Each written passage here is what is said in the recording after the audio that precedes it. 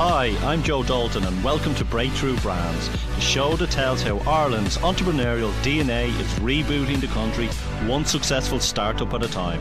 In this series, we'll demystify the process of starting up your own enterprise and growing it into a successful business by sharing the inspirational, educational, real-life experience of ordinary Irish business people.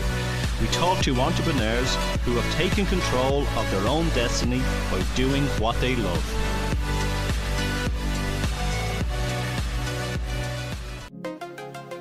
On today's show, we have Simon Cocking. Simon is Senior Editor at Irish Tech News and Editor-in-Chief at Crypto Coin News. Simon freelances for the Sunday Business Post, the Irish Times, Southern Star, IBM, G&D and many other publications. He is an accomplished public speaker at events including TEDx, WED Summit, Dublin Tech Summit, and also overseas in Singapore, Moscow, Tel Aviv, Madrid, Tbilisi, Riga, Porto and Helsinki. He is also a business mentor with over 100,000 followers on Twitter and 12,000 LinkedIn connections. He is named on the top 10 global Twitter influence list in the last 12 months. He has been based in Ireland for over 22 years and has co-founded or founded 5 companies. He has also introduced one national sport to the country, Ultimate Frisbee. Hey Simon, welcome to Breakthrough Brands. Hi, thanks for having me. Oh, it's good to have you. The last time I think we met was at the FinTech in UCD. Mm-hmm. How did that go for you? Yeah, so that was the Irish Tech News FinTech 20 awards and kind of discussion. So it was great. We kind of, through the day, the idea was to take it from how to be a startup, how to get funding, how to develop an idea, how to grow your business, how to communicate. So through the day, the panels followed like a logical arc of your business growing. Feedback was good. It was good to be able to showcase Irish businesses. It was good to get angel investors and VCs in the room and talk to people. And from what people have said, they had a productive time in the breaks, in the lunch. And, you know, since then, AIB have gone and bought a share in Transformate, and AIB were one of our sponsors and Transformate were one of our award winners. So, you know, I don't think we directly contributed to that, but I see that as positive. It was very informative. Like, I walked away from the day going, wow, and brought up so many questions, and that's why I asked you, could you come on the show today? But before I get into that, Simon, where did it all start with yourself? How did you get involved in all this? Yeah, so I had to think about this for a different ring, and in one way, I've been in this space for 4 years, and in another way, for 30 years, it's been about communicating. So I was looking at it, and so I did TEFL, which obviously is about how do you teach English as a foreign language. Then we had a company that did environmental education. We did public art and community art. And then when the recession hit in 2007, by 2010, our business had got wound up. And I decided that my skills were a bit soft and I needed to retrain. So I became a software engineer, but the space between the techie guys and the public and being able to communicate what public want and what can be built for you. So that moved me into the space. And then people started saying, oh, you're a tech journalist. And then you began to realize that you were, but it was more storytelling, and now storytelling, I guess, in the tech sector. That's mad, actually. And it just grew from there. Yeah, look, I mean, Irish Tech News has had the good growth problems. In January, we went from a shared server to our own server, and our views quadrupled. We didn't even realize there was traffic from Congo and Pakistan and China that was trying to view our stuff and was being blocked because our hosting company, very good as they were, thought that it must be dodgy traffic coming in, because why would someone in Congo want to read an Irish thing? But it turned out that we were being found by SEO. So then that was positive, and the traffic has grown again to the point where we're now moving to another package again with ServeCentric, who will have a new hosting arrangement, and we're quite hopeful that will enable traffic to grow. So sometimes you might have constraints on your success you're not even aware of. Yeah, that's that, and they're the nice surprises in business as well. It'd be different if you did it and it was going the opposite direction. I mean, I guess the great thing with Google Analytics and WordPress data and Twitter is there is data, and you can be looking, and you should be looking, and you should know if it's going well or if it's not going well, and where it's which bits are doing well and which aren't. Like it's there for us if you choose to use it. Yeah, and that's what we do with our clients. We sit down with them and say, look, if you use online, if you're doing it properly, there is an audit trail to see what's working and what's not working. What did you do the TED Talk in? So the TED Talk was fun in that I wanted to kind of map forward what was happening with trends. I'd had a few taxi drivers talking to me about how they didn't really trust automated cars, and it very much meshed with Bill Gates' comment about that we overestimate what will happen in a year and we underestimate what will happen in 10 years. Yeah. And so at that medium to sweet point of 3 to 5 years, there's actually very serious changes happening, and I wanted to just explore that with the audience a little bit. And I'd just been to Singapore, so I'd been in driverless cars, I'd seen stuff, and even in our previous life in Dublin with environmental education, a lot of people were of the attitude that if they hadn't seen it, they didn't believe it was possible.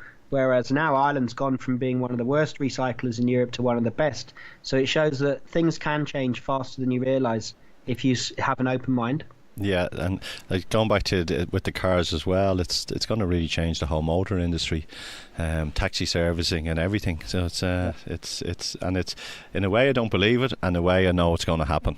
That's it's actually like blockchain, the internet. When internet came out first, people weren't sure what it was. They were a bit skeptic of it, and now we have blockchain, and people are talking about it, but people are not really sure what it is. Mm-hmm. But would you class yourself as one of the experts on it? There's a question. so it's quite funny in that I will look at, I'll see a lot of people's LinkedIn profiles. It just comes my way a lot. And so you'll see people that are positioning themselves as blockchain experts. Yeah. So my next thought and question is always, how can anyone really be one, seeing as, Satoshi Nakamoto only conceived it, and the whole cryptocurrencies 10 years ago. And yet at the same time, it is levering ideas that have been around for a while. So I wouldn't say that I'm a blockchain expert, but what's happened is, I guess I know who the experts are. We have good relationships with people like the Tapscotts, Don and Alex Tapscott, who wrote a great book, which is a use case of all the different ways the blockchain could be transformative. And, we read it, we reviewed it, we've met them, we've done things with them. And even so, this morning I was having a Skype with a real estate company in Dubai that are looking for the blockchain. And a lot of these guys are saying, we don't want to use blockchain because it's a buzzword. We want to use it because it's a transformative technology that will enable us to do things better and smarter than were possible before. Did you get that link I sent you? I think it was in the Irish Times about the pizza place in Cabinteely in Dublin that was sold through through blockchain. I think that's like the early crowdfunding stuff where it's half a smart publicity stunt because it attracts attention. Yeah. And basically, if you're trying to sell something, the more attention you get, the better. So I guess those are kind of bleeding edge examples here in Dublin, which it's definitely good as well, It's good. So look, the reason why I asked you to come on the show was to talk about cryptocurrency and blockchain. Which would you like to talk about first? Well, I mean, so it's not really an either or. I mean, so what happened was Bitcoin was developed, but Bitcoin needed a secure distributed technology to be based on. So that was the blockchain. Then people began to realize that blockchain could have applications beyond just cryptocurrency. So on the other hand, I mean, you've probably been watching the price of Bitcoin. Bitcoin has gone insane in the last maybe 3 months. Yeah. It bumped along at 100, 150, hit 1,000 before this year, and then it's gone up about 1,000 a month, and now it's worth 8,000, 8,003 or something. But here's the thing. On the other hand, we've done a few articles about how mainstream media kind of slightly covers Bitcoin in a very sensationalistic way, and so obviously some people will perceive that Bitcoin is this thing that you use to buy drugs, dodgy stuff on the Silk Road, on the darknet. Yeah. Whereas actually, if we compare Bitcoin to, say, the dollar, well, what's the dollar? The dollar is issued by one country, and with things like quantitative easing, if they have a financial problem, you just print more money. So actually, even though money is supposed to be neutral, our existing money that we have is not neutral. Dollars, euros, it's all underpinned by government and government policy. So the advocates of cryptocurrencies will say that in some ways their currencies could be a truer reflection of money with less influence. You can't just print, particularly Bitcoin, you can't just print more Bitcoin. It has to be mined, and it's a particular algorithm that means that you can't just add it when you want. Yeah. So the advocates will say it's actually more secure because it's less open to influence. But everybody is, I'm bumping into people in the street and they're telling me, oh, I've bought some Bitcoin, and I've other people I know who are heavily invested in Dogecoin, and then there's I'm on 4 or 5 different groups on WhatsApp, and they're all cryptocurrency groups, and there's a lot of chatter on them and everything. So it's in a way, is it a buzzword? Is it, people are hoping for the golden egg? I think it was something that you said to me a while back, was if something is too good to be true, you have to really look at it. Okay, so one thing overall with cryptocurrencies, they have been, they're more volatile at the moment. So, they might be going up 5% in a day, or 3, 4, 6, 7, but much bigger jags in the price. And if you look at price trackers for Ethereum or Bitcoin, it's not just an upward progression. It does go up and down. Yeah. So I think the buzz happens a bit because this is what happens when it gets covered in Irish Times or the Telegraph. It's being massively simplified down to stories just about its rising value. Now, with Bitcoin being the value that it is at the moment, it's never just gone up. It's gone up, it's gone down, and I'm sure it will continue to do that. On the other hand, there are interesting projections that say that it could still rise to maybe 1 million per Bitcoin. Now, I don't mean that in 2018 or anything, no. But because it's a finite currency, with there will only be a certain amount once the final one is released, mined. Whereas with dollars, you can just keep printing more dollars. So, it was initially conceived as a response to the problems of currency fluctuations. I guess the analogy to the internet back in 1992, 93 is very valid. There was a lot of hype going up to the late 90s. There's a lot of hype around what's good and what's not. And there will be, we look back and we can see the companies that crashed and burned.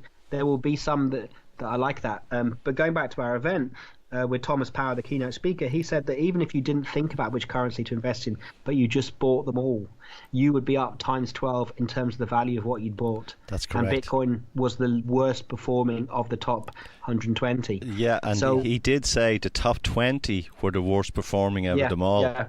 It's funny, wasn't it? Yeah, I was blown away with that. Going to take a short break there. This show was sponsored by Harris Myers, your sales and marketing agency, helping you develop a better sales and marketing pipeline.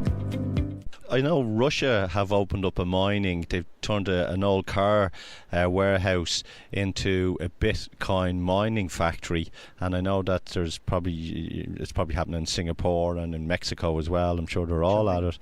Yeah. Is it the future? Like, I honestly believe it is the future, but I know some people say to me, oh, these cryptocurrencies, all they are is pyramid selling, and they'll argue all the points about it and don't go near them, and then other people are going, look, it is the future, and I honestly believe they are as well.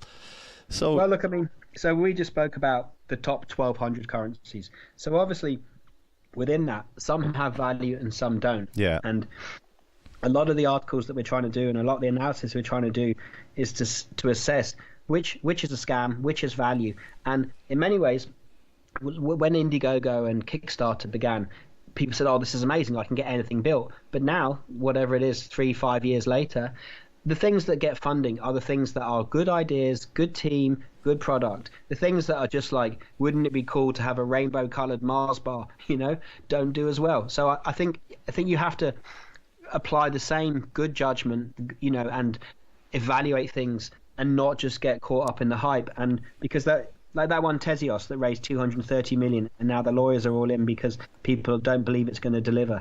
So you've got your negative examples, but then you mentioned about the mining. So I was advising one called Hydropower, which is using hydroelectric power in Austria to mine, and so it's doing it in a more ecological way. So there is good and there is bad, and then the next question is, I guess, is how do you differentiate between the two? And there are ways to do that as much as you can. I think we're definitely in a, like someone said, there's 500 ICOs this month, so obviously that's an initial coin offering, and that's a crypto-based currency. It's, that's crazy, and will that sustain? Maybe not. But then maybe from that, the good ones will survive, like in any, I guess, .com boom, Yeah, and I believe that it's, if you are going to invest, some will come through. It's going to happen. It's inevitable. Cryptocurrency is going. Governments eventually will have to look at it and kind of go, okay, this is a serious player. But along that way, there will be people that will get burnt because they invested in the wrong currency. Yeah, look, and I think same as stocks and shares. I think you spread your bets. You don't invest in just one. You don't invest your life savings. You invest what you can afford to lose. And in some ways, I would imagine, hope that people apply the same good judgment that they use when they look at other things that you put your money into. That you don't put it all into one thing. Yeah, that's true. I'll have a chat with my wife about that. So. Along then came blockchain, and blockchain was a way of distributing cryptocurrency. But people are now discovering that it has opened up a whole new industry worldwide. And what is that industry? Well, I think it's many industries in many areas. So this morning's one, they want to use it for land registry. And so again, going back to the Tapscott's book, if you're in Nicaragua or somewhere where maybe law is less rigidly applied, well, in those places previously somebody would just go in and Tipex out the deeds and put their name over your name. Okay, so therefore you may lose the land that was actually yours and you'd be cheated out of it. Whereas blockchain, so the way, also a high level, the way I explain blockchain is that you want to read your Gmail. If I take your smartphone and throw it in the water, you don't lose your Gmail account. You just log in from another device. So blockchain offers that same ability to still prove that you are the owner of the land, even if some nefarious government official has tried to manipulate the documents. So I think the value that brings is that even here with tracker mortgages, there are so many examples where it would stop things being done in dark rooms where you don't know what's being done to your data. This distributes your data so that it's too much computing power to be able to rewrite ownership deeds. So that's where I see it, and therefore the thing then, and a bit like when the internet first got invented, nobody really thought what it could be used for. Therefore, with blockchain, it's now thinking about where can it be applied in different areas. Tapscott suggested for musical rights, musical ownership. Other people are looking at it for micropayments. So I would say that if you look at Deloitte and the big companies, consulting companies, they're trying to analyze use cases. And so I think a year or two ago, we were into the hype of blockchain will save the world and it will do everything. But then you're like, okay, great. What do we actually do with it?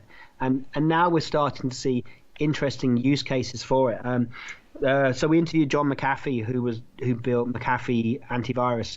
So he's backing an ICO, initial coin offering, who are looking to pay bounties for people that find bugs, and also to be white hat hackers. So things like this can be on the blockchain, and it can be shown that things are found in ways that are helpful to a wider range of people. So I guess the thing is it could be used in many areas. It's Christian Myers. I had him on the show here a couple of weeks ago, and he's working on a project where it's the distribution of funds in Africa, where people are being hit with very high commissions from when they're sending money from the Western world back into poor countries. And I think it's one of the things that he was looking at as well, is how can not crypto, but how can blockchain protect these people and their assets and their money. Well, have you heard of AidTech? So AidTech are an Irish-English company that are based in Ireland and England, and they use blockchain to do secure aid payments for relief areas like Sudan. And because obviously, you do this fundraising, not everything gets there, there's a lot of corruption. So AidTech have come up with blockchain-based solutions to make sure that the right aid gets to the right people. And I mean, and they're now working with the UN. So the UN see the value because it's a problem that they have. So I think there's some fantastic applications for good that are already being, AidTech are up and running. I mean, they were on our FinTech 20 list. That's not an idea. That's far more up and operating. Up and on it. It is fascinating, and I think it's really, a year down the road or 2 years down the road, it'll be different conversations. It's like I put something up on LinkedIn the other day. It was the Thanksgiving chats. 1 year it's WhatsApp, another year it's Facebook, and this year at the tech conversation while people are sitting down at Thanksgiving is how can I buy cryptocurrency and what is blockchain? Yeah, so 3 months ago I became the co-founder of Crypto Coin News and editor-in-chief. Yeah. So Irish Tech News is a broader platform for tech in all sorts of shapes and sizes. From that, people said, oh, look, you seem to be interested in covering this. Do you want to come and help us to tell the story specifically about crypto?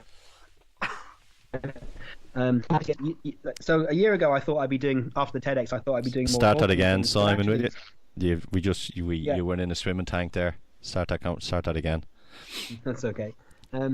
So 3 months ago, I started work with Crypto Coin News as editor-in-chief, and that's very positive. And from that, what's happened is a lot of companies looking to launch initial coin offerings have asked if I will help to advise them on their program to do it. So okay. That's great. That's very interesting. And also what happens then is you can help other ones because you've seen the challenges that the first few guys were working on.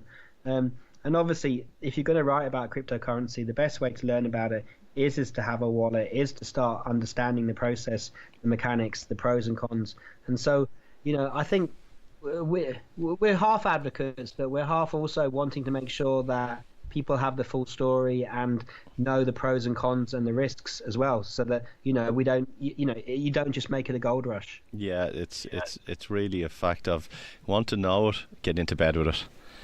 Find out how it's working, what it's not working, and you then over a period of time become the expert. And is that where you are now? Is that the goal for you personally, or for Irish Tech to be a consultancy firm in this sector?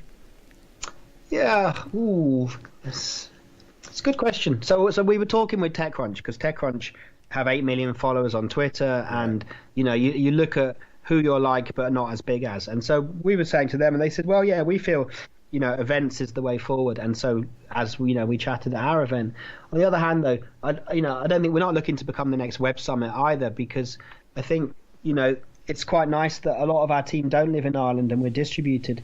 I guess here's the thing, right? Like 4 months ago, I didn't imagine that I would be advising companies on launching their cryptocurrencies. So, the space moved quite quickly. And, definitely last year my goal was to do a TEDx. At the beginning of this year, my goal wasn't necessarily to become a crypto expert.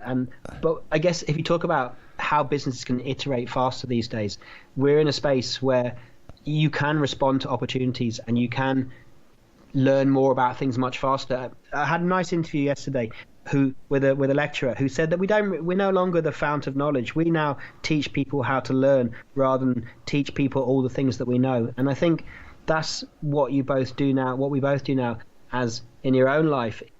Big goals for 2018. At the moment, it's just super interesting doing this. I like what Ethereum doing. I like the fact that many people are using it to build new innovative cryptocurrencies that help people. I'm also curious to see, will we still have 500 ICOs a month happening in the new year? I'm as aware as you are that it might be a bit of a bubble. A lot of the companies I'm working with, they're on 3 to 12 month timeframes, and that's quite good, because it shows that they know that this isn't a get rich quick thing. And the really interesting ones, the ones that are building blockchain based smart cars and things, they know that you need infrastructure too, so that these aren't things that you just appear tomorrow.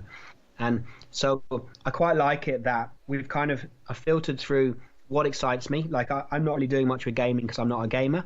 but things like mobility, smart cities. Another one, Ceratio, is looking.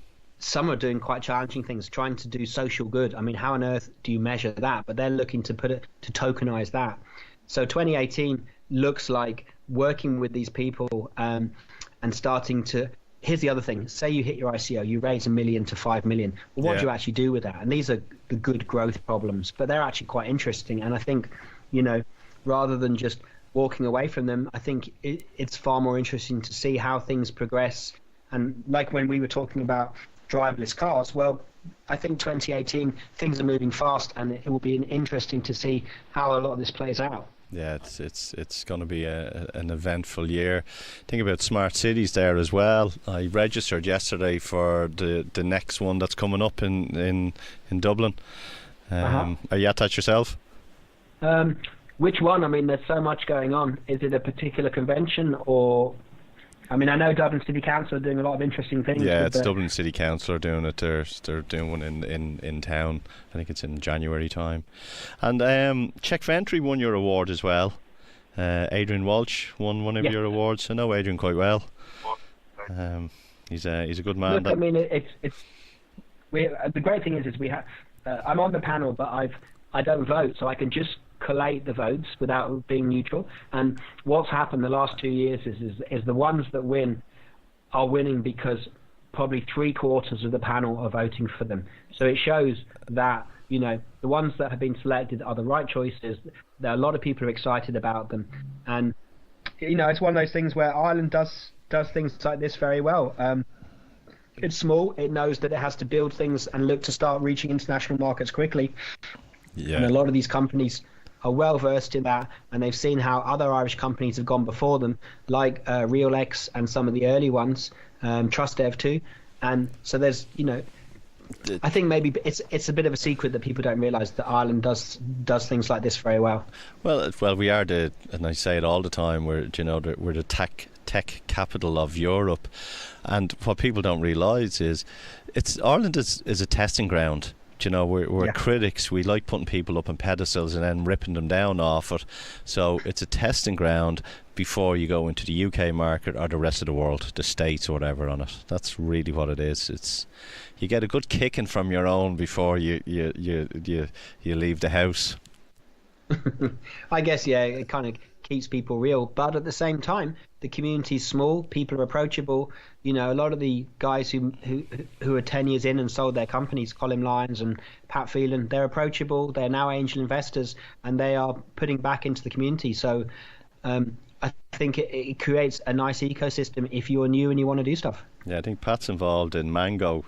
Is it Mango? Yeah, it's Mango. It's their blockchain company.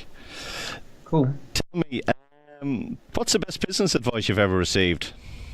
Yeah, so you sent me that question, and I was thinking about it. So at different periods, we've had different things. So in the whole publishing business, don't feed the trolls is always a good one. Yeah.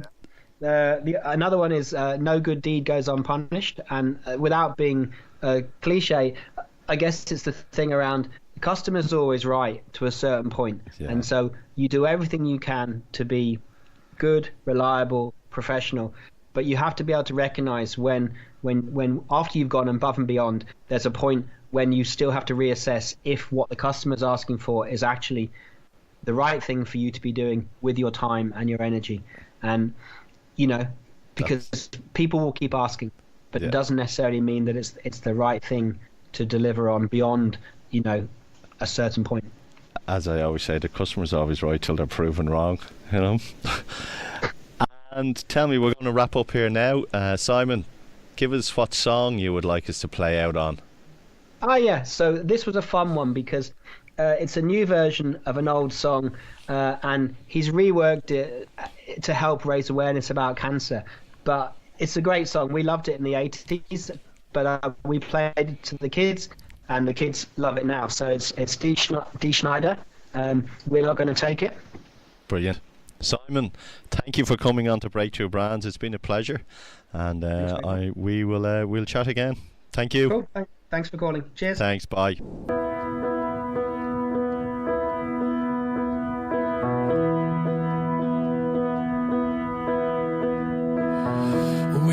got the right to choose it. There ain't no way we'll lose it. This is our life, this is our song. We'll fight the powers that be, just don't pick our destiny. This show was sponsored by Harris Myers, your sales and marketing agency, helping you develop a better sales and marketing pipeline.